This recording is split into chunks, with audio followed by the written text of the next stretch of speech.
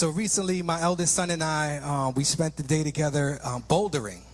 Right? If you're not familiar with bouldering is, it's basically a form of rock climbing, but without the ropes and without the harness. And so it's just you and the wall, right? And so we were, in our case, we were in an indoor gym uptown, and, you know, I was excited to face this wall and do something that I had not done before.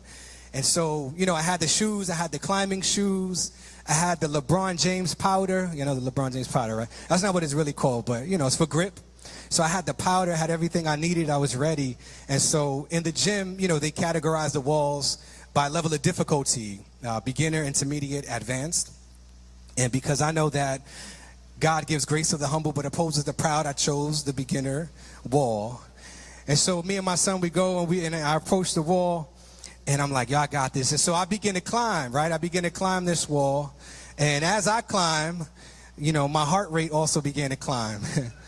and I realized really quickly that this is harder than it looks, right? It's harder than it appears. It requires a lot of, you know, core strength and balance and even faith. And so I get to this point where now I'm stuck. So I'm holding on for dear life and I'm stuck. I don't know what to do next. And then I heard a voice. And I said, here I am, Lord. But then I realized it was actually my son calling me. It wasn't the Lord. And so I looked down to my son, and I was shocked at how close he was to me. He was, you know, standing on level ground, and he was just right about there. And he actually, I think he tapped me on my back. He said, Dad, you got this. And he told me, he said, Dad, if you want to go higher, you got to let go. If you want to go higher, you got to let go of that grip that you have right now. And so I took his advice and I began to let go of the grip. See, I had got to this position where I felt a little bit safe and a little bit secure.